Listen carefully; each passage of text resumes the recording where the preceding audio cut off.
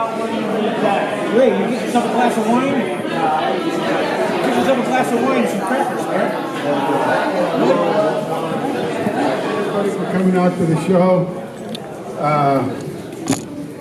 Friends, family, fellow carvers, fellow fishermen, thank you all for coming. It's a unique art form that I've been teaching for about 10, 12 years. I hope you guys have enjoyed the show and enjoyed the piece. If anybody's interested in anything, please get a hold of me and let me know while we're walking around if you're interested in the piece.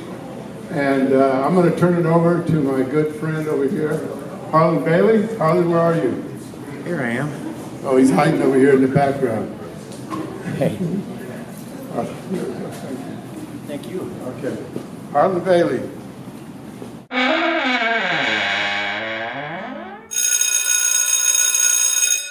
Hello, everybody. It's a grace and a pleasure for me to be here with you all tonight. What was I going to say? I forgot.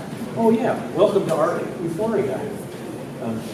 For the longest time, whenever I used to pass by this place when I came in, I thought it was named Art for You and I. When I told people, I said, my wife said, where have you been? I said, it was Art for You and I. It seemed like a pretty good name, too. So, yeah. Can you hear me now? There you go. Okay. So it said in the newspapers that I was a writer and a poet. Actually, I'm not a writer. I'm more of a cultural artifact.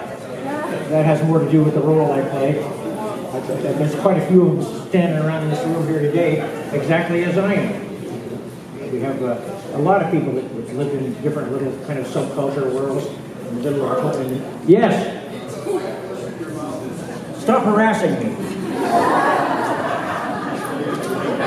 It's going well, isn't it? Hello, everybody. Is this what I have to talk? Heckle, heckle.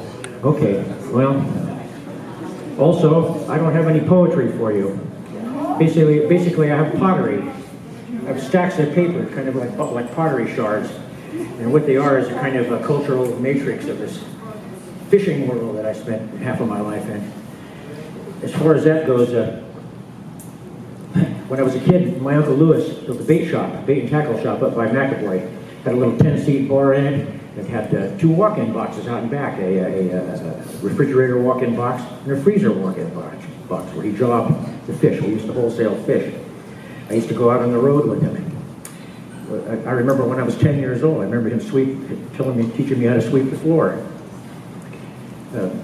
When I got a driver's license and I got into high school, we used to go to Monterey and San Pedro and buy sardines, and all of the boxes had excess, and all the boxes had a bycatch in them. I remember him. Cutting about 50, 75 pounds of surf perch bycatch out of something that we bought in San Pedro, and he told me, take this out in your car, and go over to the migrant labor camp over there by Stockton, sell it for 20 cents a pound.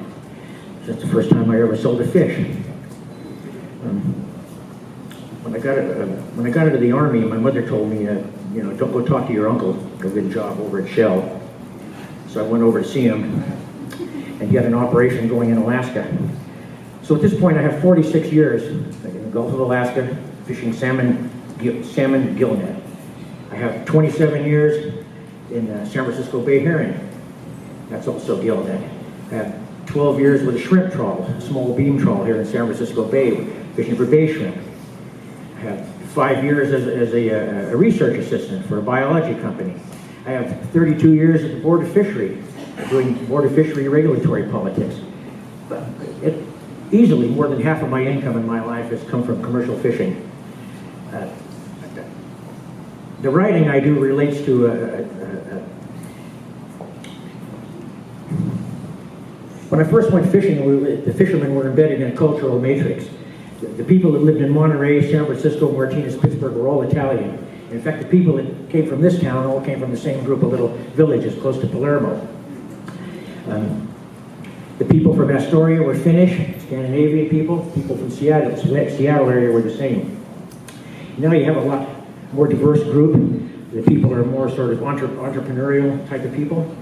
And there's quite a component of various kinds of artists, writers, musicians. And these are people with intellectual capital too. They have degrees and things. And they sell their work and they don't fool around. So now some components of this fishery are kind of bleeding into marketing, which has more to do with not so much to do with selling fish, selling people things they don't want, but with identifying the fish from a particular area.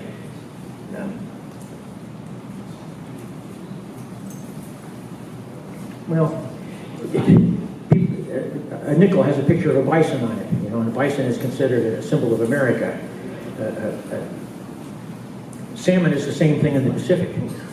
All of the great salmon runs came up these rivers, and when you see that, it's equally impressive as seeing a bunch of buffalo running across the plain. Anyway, I think I better read something. I have some pieces I'm going to read at Fisher Poets. This has to do with camp life up in Alaska. If you go out the Anaknek River and turn right for about 12 miles, you see shore fishery leases lined up like teeth on a comb. And up at the end by the mouth of the river, there's an abandoned cannery. It was built by Lyndon McNeil, living in about 1910, and that's now a fish camp. And people are squatting there, people that build shacks there, all the people that stay there fish on these shore fishery leases. It's a remote area. There's no electricity, there's no water, there's no roads. If you go there, you have to go by boat. And so I have a few pieces I'm going to read at Fisher Poets this year that are about camp life over there. I'll do that now.